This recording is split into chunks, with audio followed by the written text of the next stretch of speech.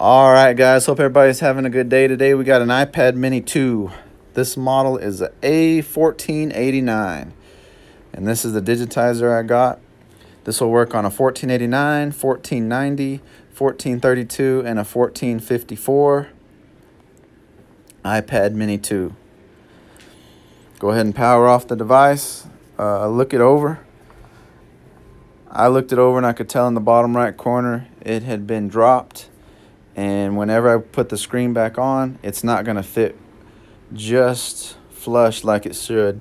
So I made sure I let the owner of the iPad understand, and they were okay with it.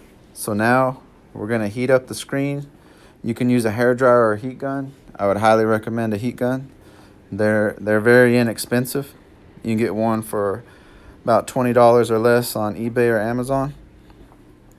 Now we're going to take a pry tool. This is my Sesamo tool. I love this thing. You're going to pull up on the glass. And luckily this iPad had some big chunks in it. When you get big chunks of iPad glass, you can usually take this. This is a lot less work. Up here in the top corner, you can kind of tell there's little shards of glass. That one's going to take me a little bit longer. But keep heating and lifting up on the glass. You don't want to lift into the iPad. You could risk damaging the LCD, which is about twice the price of the digitizer. So trying to save money for us and the customer. And what I'm trying to do here is I'm trying to get this digitizer off so I can get to the LCD, because I want to get the LCD off as well, because that's the most expensive part right now that I'm working on. So you're going to pull this away, and in that bottom right corner, you're going to see that's where the digitizer connects. Right now, you can go ahead and cut it off because we don't need it anymore. But I decided not to just yet. I'm going to heat up the bottom and keep prying away this glass, trying to get all this glass off, all the adhesive, everything off, so when we put our new digitizer on, it fits as flush as possible. But I think here pretty soon I'm going to grab my scissors. Dust brush comes in very, very handy, especially little shards of glass that get on top of that LCD could scratch it up. Went ahead and cut the digitizer off with some scissors. Take my heat gun. You're not going to put too much heat, and make sure when you put the heat on, you're not aiming towards your LCD. We're just working on getting the glass off. Keep prying away. You can also use tweezers. I'm up here on the top part of the LCD now. And in that top left corner, there's a bunch of little bitty shards. So I'm trying to heat the adhesive and then grab the adhesive like tape and pull it up. And when you do that, the little bitty shards of glass stick to that adhesive tape, and it makes this repair go a lot smoother. There I am. Just keep heating. If it gets too cold, just add a little bit more heat. You don't want it too hot, but it doesn't take much for that adhesive to get loose. So go ahead and keep heating and just prying away ever so gently. This video is sped up, so if you need to pause it until you're caught up, that's completely fine. There's 4 screws. In the top right corner, this screw is covered by a piece of tape. And in the bottom right corner, that screw is covered by a piece of tape. Go ahead and uncover those screws so you can access them. There'll be 4 screws that you need to take out so we can take out the LCD. Once you take out the 4 screws, set them to the side. This is where it can get tricky. You want to be very careful. We're going to try to pry up on the LCD at the top just so we have enough little wiggle room to get something to fit in there. This is a spudger. It's about the same size and length as that whole LCD screen. And when you put it all the way down in there, it really makes this LCD come out a whole lot better. If you pry just a little bit on a corner, you can crack the LCD very easily. So please be very careful with this part. Take your time. Now when I lift this up, I'm going to feel resistance at the bottom. Don't go too far. You can crack the LCD once again. There's tape at the bottom right and the bottom left of the LCD. we're going to go ahead and remove this tape. When you remove this tape, you'll notice as soon as you lift this LCD, like there's no resistance.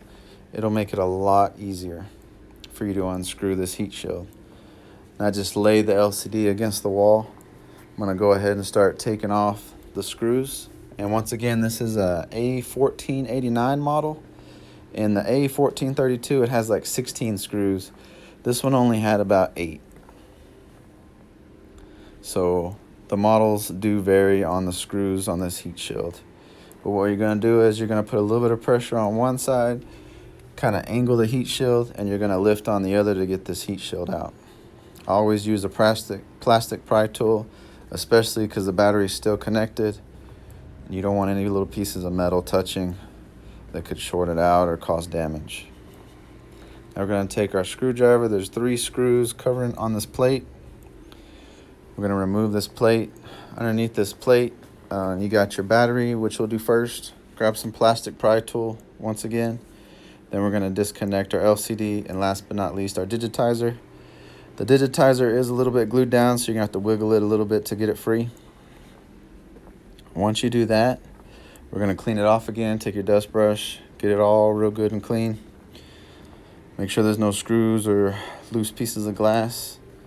Now we're going to take our tape, actually, and you're going to tape the top and the bottom. I made the mistake on this iPad of taping the sides. Just got kind of carried away. But you don't want to tape the sides of the iPad until you put the LCD on. So tape the top and the bottom. Don't tape the sides. Now that you got your tape on there, remember top and bottom, not sides, we're going to connect our digitizer. Then we're going to grab our LCD. Once again, I'm always using that dust brush to clean off any excess dirt or glass or anything.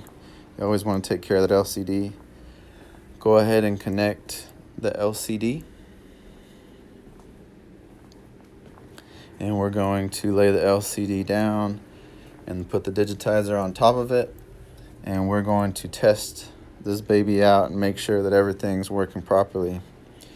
When you lay the LCD down and the digitizer on top, if the screen is not functioning, the touch, then more than likely lift it back up and reconnect your digitizer connection.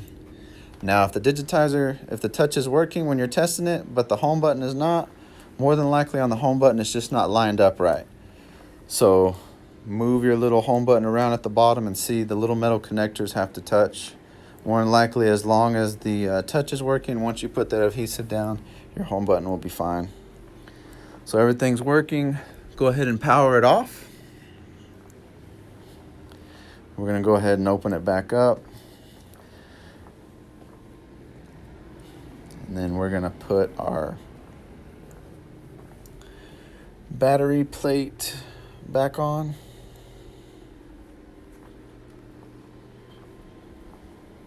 Once again, get your 3 screws.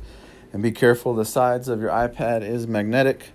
So if any of your screws go missing, check the sides of your iPad. Half the time, that's where they go. Once you put that on, you're going to put your heat shield on. Remember, screw your screws in on both sides. And once again, I put that tape on the side, which I shouldn't have done, but I did. It was getting in the way of the holes. And it's going to cause me problems right here as well, laying this LCD down. I'm going to have to wiggle it a little bit just to get it to fit just right.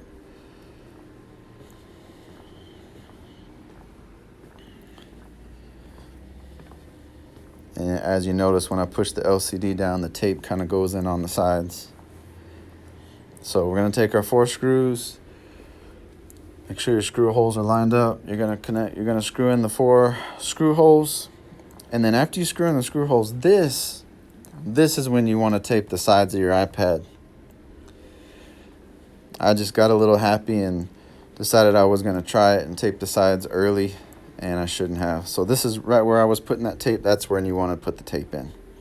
Because if not, you're going to run into this problem where the tape goes on the side and I'm over here using tweezers to pull it out. And if I accidentally miss, I could scrape the LCD. Just took a lot longer than necessary. So make sure, once again, now you put the tape.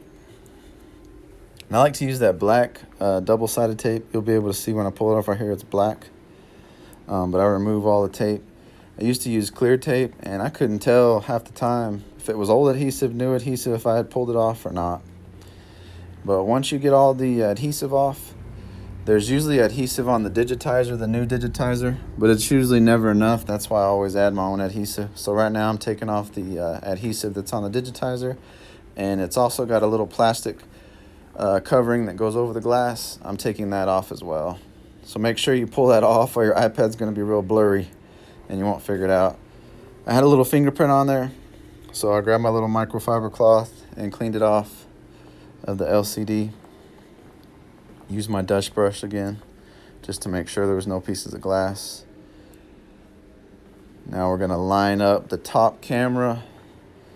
That's going to be the main one. You're going to line up that top camera and make sure that it's square. Once it's square, you start pushing it down and then work your way towards the bottom. Once again, in that bottom right corner, I had mentioned at the first of the video, it's not going to sit flush because of the fact that it had been dropped on that corner.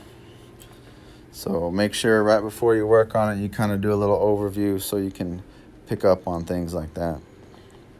I'm going to go ahead and power it on. We're going to test it out and make sure it's working again. Like I said, for some reason you turn it on right here and it doesn't work. More than likely those other two things happen. One, the digitizer's not down right if the touch's not working. The home button's not working. You need to adjust where the home button's sitting. But this one worked out. Everything was good.